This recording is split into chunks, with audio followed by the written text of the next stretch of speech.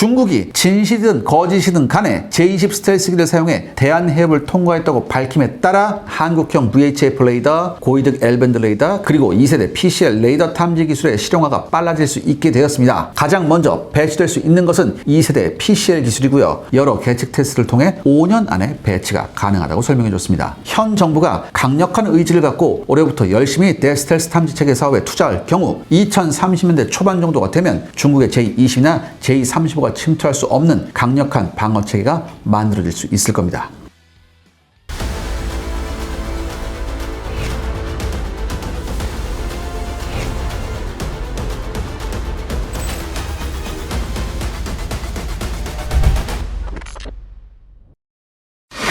지난 시간 중국 J-20을 막아내기 위한 방법을 찾는다고 했거든요. 네, 2010년대 초반 중국의 J-20 스텔스 전투기 개발 사업이 포착되면서 일본에서 F-35A 도입 사업을 시작함에 따라 우리 국방과학연구소 역시 한국형 스텔스 탐지 체계 개발 사업을 제안했습니다. 국방부 역시 주변국의 스텔스 전투기가 큰 위협이었기 때문에 국가연의 개발 사업을 승인했고요. 2016년부터 국가연과 하나시스템이 함께 스텔스 탐지용 VHF 저주파 레이더를, 그리고 국가연과 LG 넥스원이 스텔스 탐지용 고이득 L밴드 레이더 개발 사업을 시작했습니다. 추가에 국방과학연구소 독자적으로 2세대 스텔스 탐지용 PCL을 개발했죠. 이 PCL이라는 게 뭐냐면 수동형 위치 탐지 체계라는 거예요. 국방과학연구소가 이렇게 무려 3개의 스텔스 기술을 개발하게 된 배경에는요, 각각 탐지 체계의 성능 차이가 컸기 때문입니다.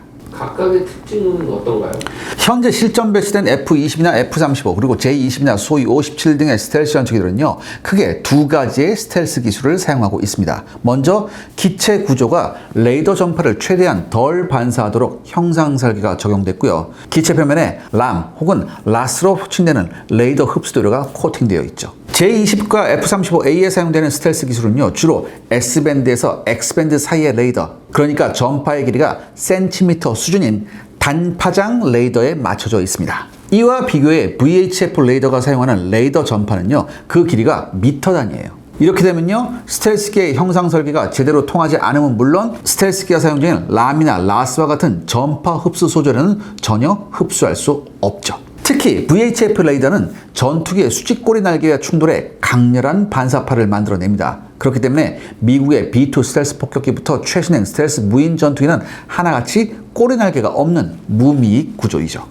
국방과학연구소와 하나시스템은요, 러시아가 개발한 VHF 레이더인 55ZH-6M 네보 M을 참고해 2016년부터 2019년까지 80억 원의 연구비를 투입해서 40개의 안테나 배열 소자로 이루어진 한국형 VHF 레이더를 개발했습니다. 이 한국형 VHF 레이더는 실용형 레이더가 아니고요, VHF 레이더 개발이 실제 가능한지를 검증하는 실험용 모델이에요. 하나시스템 관계자는 VHF 레이더를 개발한 이후 실제 연구소 주변에 무인기를 띄워 이를 탐지하는 테스트를 진행했고, 당시 충분히 탐지가 가능하다는 점을 확인했다고 설명했습니다. 또한 하나시스템 관계자는 향후 국내에서 제대로 된 VHF 저주파 레이더가 개발될 경우 최소 100km 이상, 이론적으로는 300km 이상에서도 충분히 J-20과 같은 스텔스 전투기 탐지가 가능하다고 얘기했습니다. 하지만 VHF 레이더도 한계점은 있는데요, 탐지 능력 자체는 우수하지만 사용되는 레이더 전파의 길이가 워낙 커요. 미터 단위니까. 그래서 지대공 미사일을 유도할 수준의 정밀한 위치 정보를 파악할 수는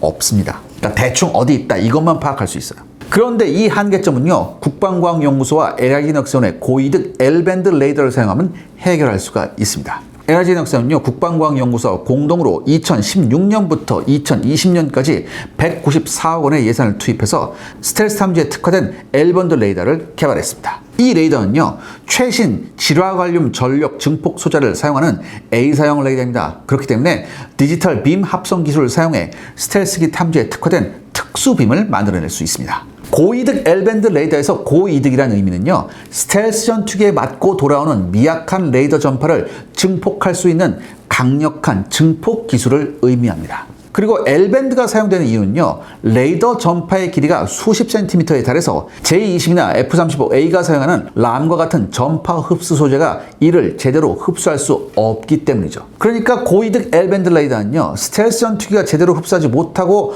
반사되는 미약한 레이더 신호를 증폭해 그 위치를 파악하는 레이더입니다.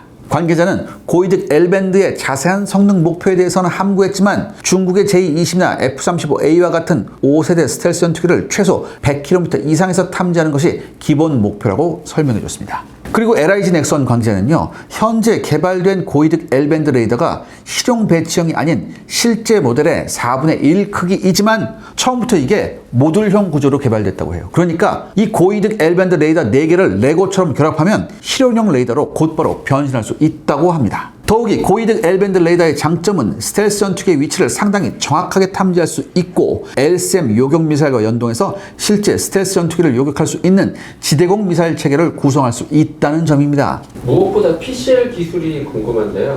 그러니까 여러분들 지금까지 들어보면요, 이 VHF 레이더하고 고이득 L밴드 레이더만 있으면 중국의 J-20을 탐지할 수 있을 것 같은데요, 국방과학연구소는 추가로 2세대 PCL 기술을 개발했습니다. 왜 이렇게까지 해야 할까요? 이 VHF 레이더와 고이득 L밴드 레이더는요, 강력한 레이더 전파를 방출합니다. 그래서 적대국이 수백 킬로미터 밖에서도 이를 탐지할 수 있어요. 그러니까 우리도 강력한 레이더 전파를 내보내기 때문에 적의 전투기도 이걸 탐지할 수 있다는 얘기예요. 또한 장비가 이게 워낙 큽니다. 그래서 쉽사리 숨기기도 힘들어요. 그래서 추가로 연구된 것이 바로 PCL 기술입니다. 미국에서 1990년대에 F-127 스텔스 전투기를 배치하자 러시아와 동구권의 국가, 중국 등은요, 1세대 PCL을 개발합니다. 이 F-117과 같은 스텔스 전투기는요, 레이더에 걸리지는 않지만 그래도 아군 지휘부와 통신에 UHF 무전기를 사용합니다. 그리고 이 외에도 저가 식별 신호와 다양한 항법 신호를 방출하기 때문에 이걸 포착해서 스텔스기의 위치를 탐지할 수 있죠.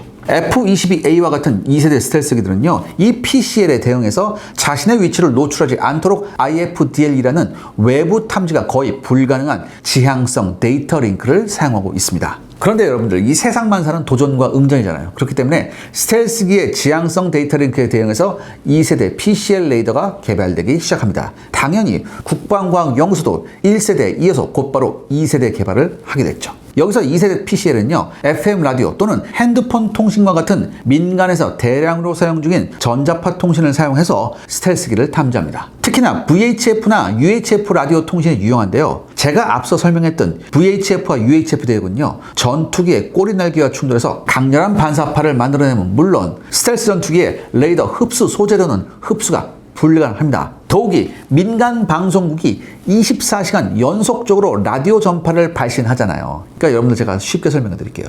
2세대 PCL 탐지 이론을 보면요, 스텔스 전투기가 VHF나 UHF 라디오 전파를 뚫고 비행할 경우 라디오 전파가 스텔스로 인해서 난반사되거나 차단되면서 그 형태가 변형합니다. 2세대 PCL 장비는요, 스텔스기로 인해 난반사되고 변형되는 전파를 분석함으로써 스텔스기의 존재와 함께 대략적인 위치를 파악할 수 있습니다. 국내 방산 전시회도 참가한 독일의 헨졸트사는요, 트윈스 비스라는 2세대 PCL 레이더가 2018년 4월에 개최된 베를린 에어쇼 기간에 150km 밖에서 2대의 F-35A를 지속적으로 추적할 수 있었다고 자랑했습니다. 이어서 관계자는 2세대 PCL 레이더는 수동 탐지형이므로 자신의 존재를 전혀 노출하지 않고 현재는 라디오 주파수 이외에 여러 통신 주파수도 사용하고 있어서 위치 탐지 정확도 역시 훨씬 높아졌다고 설명했습니다. 이렇게 좋은 것이 있으면 진지하게 배치되었어야 됩니다. 그러니까 관계자가 아주 간단히 설명해 줬어요. 일단 이것들이 우선순위가 낮았기 때문이라고 합니다.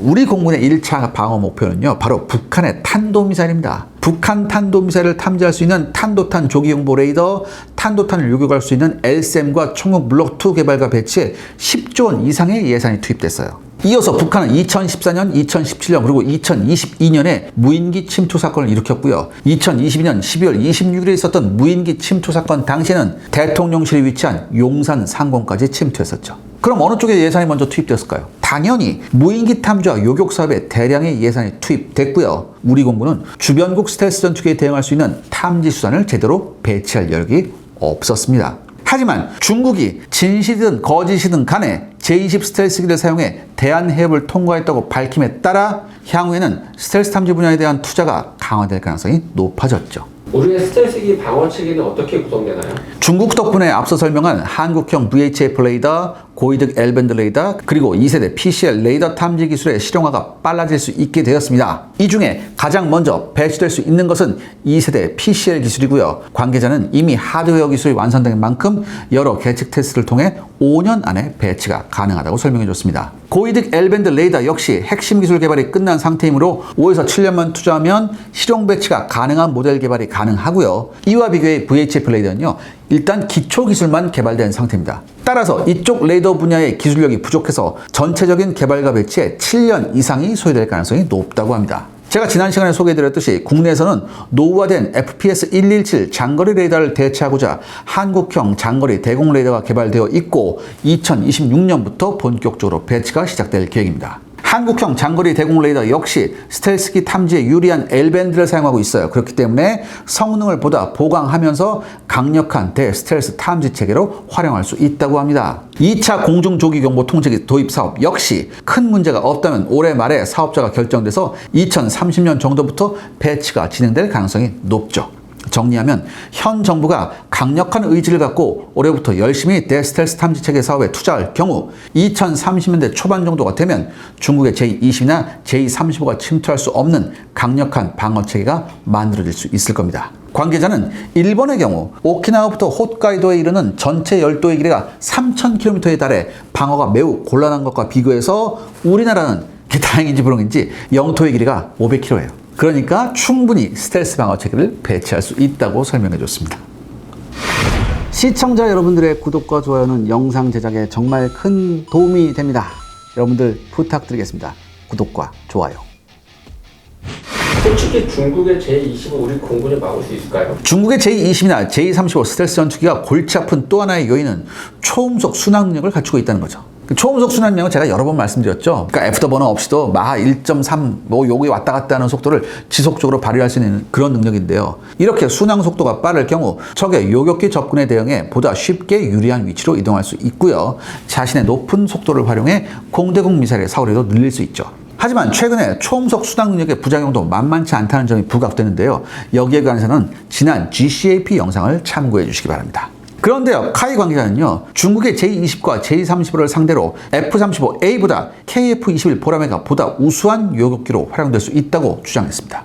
이건 무슨 말일까요? 여러분, F-35A는요, F-135PW-100 엔진 한 개를 사용해서 43,000파운드의 추력을 낼 수 있습니다. 반면에 우리 KF-21은요, F-414GE400 엔진 두 대를 사용해서 동일한 43,000파운드의 추력을 발휘할 수 있죠. 그런데요, 이 KF-21 전투기는요, F-35A와 추력은 동일하지만 자체 중량이 1톤 이상 가벼운 12톤 수준입니다. 그렇기 때문에 기동성과 가속력 면에서 확연한 우위를 가지고 있어요. 반면에 F-35A는요, 항속고리 확보와 무장 내장 능력 등 다양한 작전 요구로 인해서 기체가 비대해졌죠. 이는 전투기 특유의 공중 기동성에 불리하게 작용합니다. 특히 KF-21은요, F-22 랩터의 축소판이라 불릴 만큼 항공 역학적으로 날렵하고 유려한 형상을 지니고 있어서 근접 공중전이나 표적 접근 상황에서 유리한 성능을 발휘할 수 있습니다. F-35A는 스텔스 기능이 최대의 장점으로 꼽히지만 우리 군이 보유한 대스텔스 탐지 체계로 적 스텔스기의 위치를 파악할 수 있다면 이후 전투에선 스텔스보다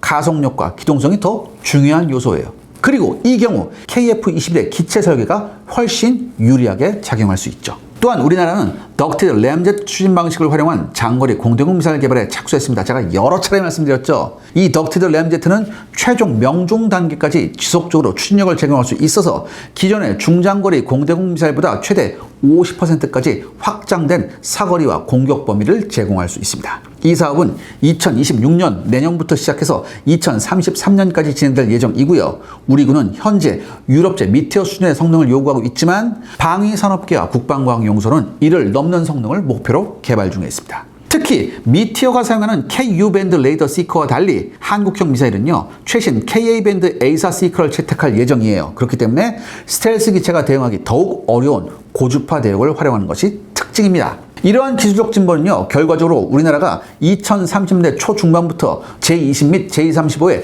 효과적으로 대응할 수 있는 기반을 마련하게 될 것으로 전망됩니다. 그러니까 여러분들, 지금까지는요, 우리가 북한만 생각했잖아요. 그렇기 때문에 스텔스 전투기 대응에 좀 늦어진 측면이 있습니다. 하지만 중국이 제20 전투기를 통해서 공식적으로 도발에 나선 만큼 국내에서도 본격적인 대스텔스 전략 무기 개발과 투자가 확대될 전망이 높습니다.